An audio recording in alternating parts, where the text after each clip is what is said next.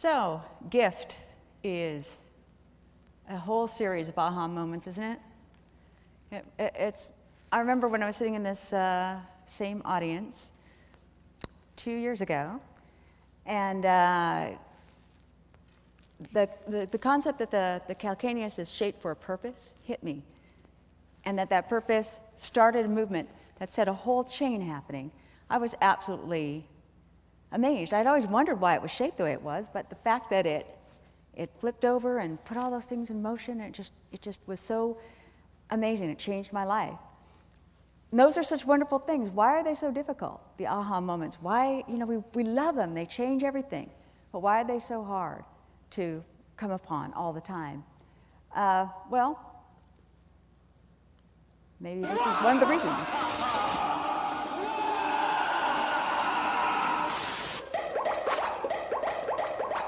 Hi, I'm Jerry Andrus.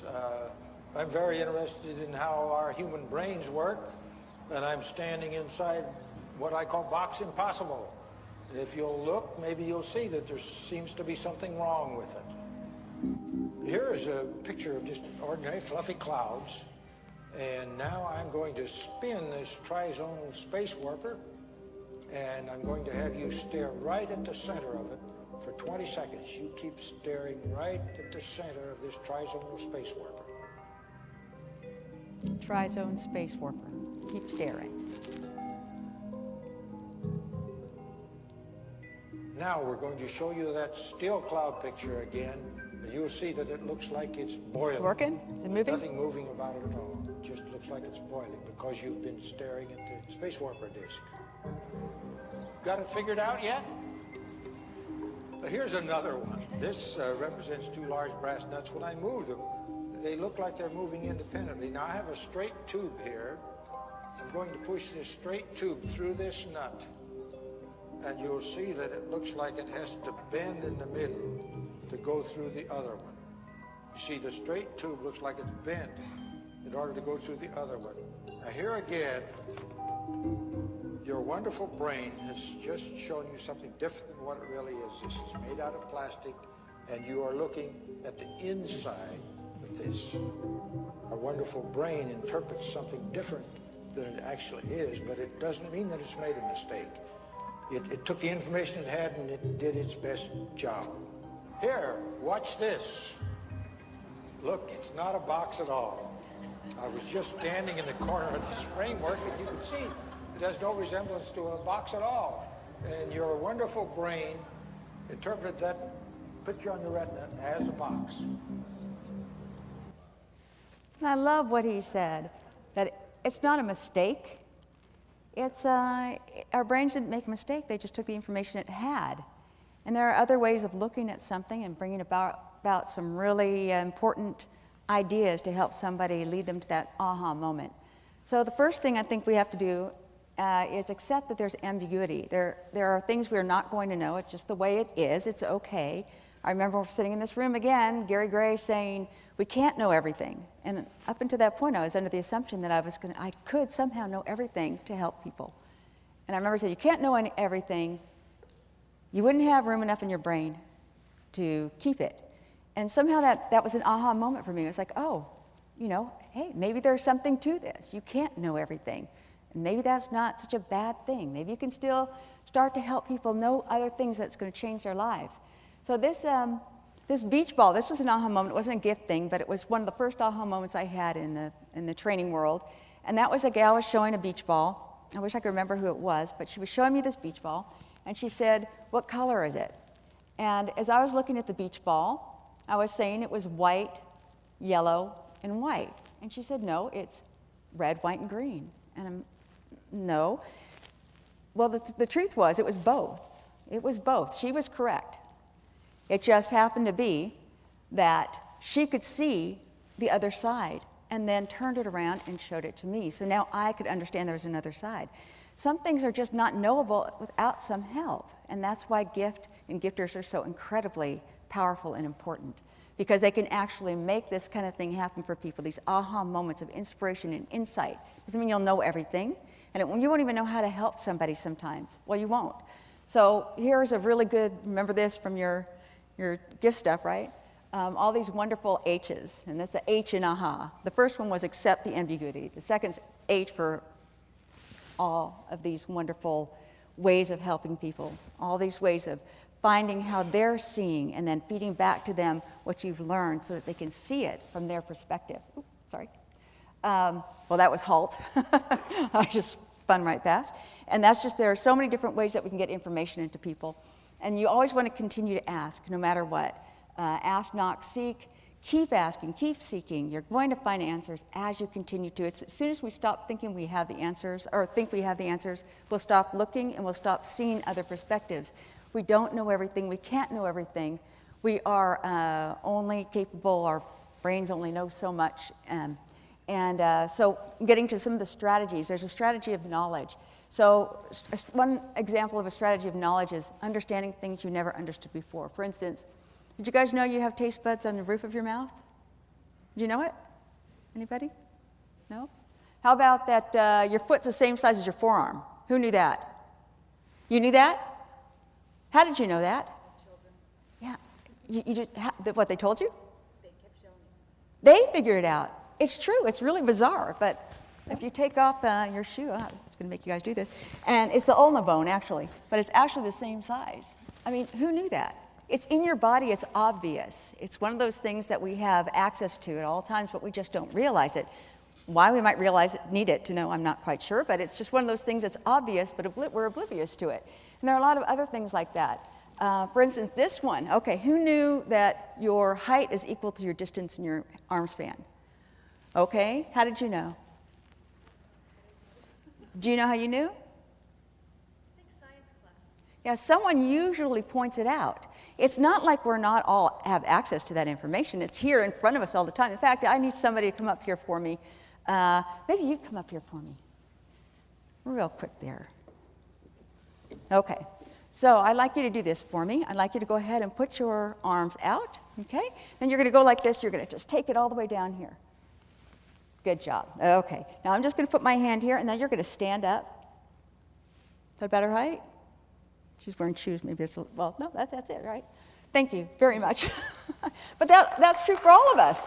You're going to do that now, right? You got to go home and try that and see, oh, that's how tall I am.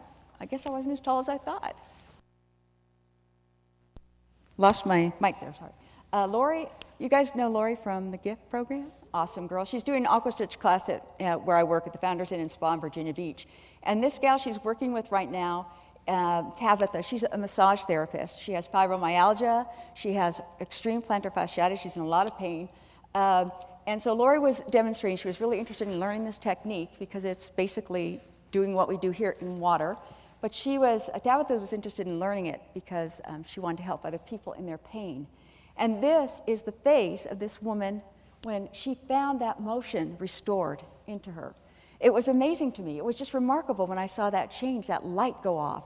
That's what an aha moment is. That's an aha moment of movement. The aha moment of knowledge is when you understand something with your mind, like that distance is equal to that distance. The aha moment is when you suddenly have that freedom, or you're no longer in pain.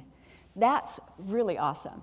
And now there's the aha moment of spirit. Now this is Michelle. She's my client that she's just inspired me so much. She's about 40 years old. She's struggled with her weight her entire life. She has the most determination of anyone I've ever met. A fellow gifter actually hooked me up with her. So we've been working in the water because she's had ankle surgeries. And we were working on her stroke so she could actually start to move toward her goals. So she was doing the frog, I call it the frog kick. I don't know swimming that much, but this kind of thing, where you've got your breaststroke, right? And she was doing it with a board. And she would get halfway, no, 3/4 of the way down, and she would suddenly stop moving down the lane. It's an Olympic-sized pool, and she'd stop moving. Her legs would still be going. I mean, she'd try harder and harder, and she wasn't moving. So we tried all these approaches to try to get some information into her, instead of just leaving her with her frustration. First we just had her kind of relax into it, then we started to teach her things like, we told her this is the way it's supposed to look, and then we showed her underwater the best I could, not being a great swimmer. And she was going like that. And we had her push off the side of the pool. And when she pushed off the side of the pool, something clicked, where she understood she hadn't been externally rotating her legs. And so because of that, she would look up, and she's almost getting to the end goal. She'd look up, she would stop being able to rotate the way that she could, and she would stop moving. She was trying with all of her might, and it was really frustrating for her. So there are two things that we learned from that. That was really cool. So the aha movement moment for her was when she felt her legs turning. The aha moment of understanding is when she actually saw what her legs were doing, because we practiced hanging on the pool, face back with her legs going out, and she could see that something wasn't happening. And then the aha moment of spirit was when she realized that by trying harder, she wasn't going to get anywhere faster. It was something else. Some other information had to be brought to her attention so she could understand what was that she had to do. She wanted to get there. She just didn't know how. And I didn't either, not being a swimmer. So all we could do is step back and start to apply some of these strategies, some of these concepts. Okay, could she feel the water going between her legs? Could she see? Could she feel inside the motion that had to happen? So we approached it with lots of different things, and the visual of the frogs that actually helped her. And we were sitting in the sauna the other day, and we suddenly realized that the true aha moment for her was more than these other things of suddenly having control now of that. Now she doesn't stop anymore. She has control over that movement. And that was a wonderful aha thing for her to gain, because she's failed so many times in her life. But here's the best part of this, was that when she realized that she had been stopping 3/4 of the way through each journey, every time she would start with her weight loss or her exercise, whatever, she would get to that place, she'd get tired, she'd look up at the finish, and she'd stop moving because she looked at the finish too soon. And she'd get back into that moment where she was no longer looking up and stopping that movement. She suddenly became aware that she could do that with the rest of her journey and the rest of her life. That because it was hard didn't mean that she had to stop. Because it was a lot of effort going nowhere at the moment didn't mean she wasn't making progress. And that was the coolest thing. So I'd like you guys to do this for me. I want you to read this out loud on 3. 1, 2, 3. Is that what it says?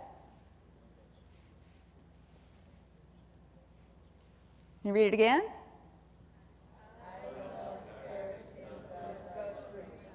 Okay, how many people got the first time?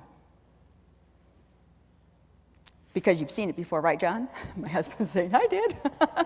Okay, my point in this is that certain things are obvious and they're in front of you, but you may, oh yeah, I should do this, shouldn't I? That would have helped. But unless somebody shows you, you're not going to necessarily see it. So the beauty of what you guys have is you have all these different ways, aha moments of spirit and movement and knowledge that you're going to be able to give people. My main hope is that you won't skip. See, you guys, did you catch what this is right here, by the way, at the beginning? That's a chalk art. It's street art. And from that perspective, you can't tell what it is. But that's, whoops. That's what it comes out to when you stand in just the right place. And if you can lead somebody to that place where they're looking at that, it looks like nothing to them or like something, but they don't know what it is, and then you can take them around and set them up in the right place. They see what it is. And you guys have the power and the ability. We all do, because God gave us this wonderful grace and wonderful power. And we just have to keep asking, keep seeking, keep knocking, because as soon as you think you have the answers, you'll miss something. You will have stopped looking for their point of view, their perspective, that will lead them to their aha moments. So thanks you guys so much for listening and putting up with that. God bless you.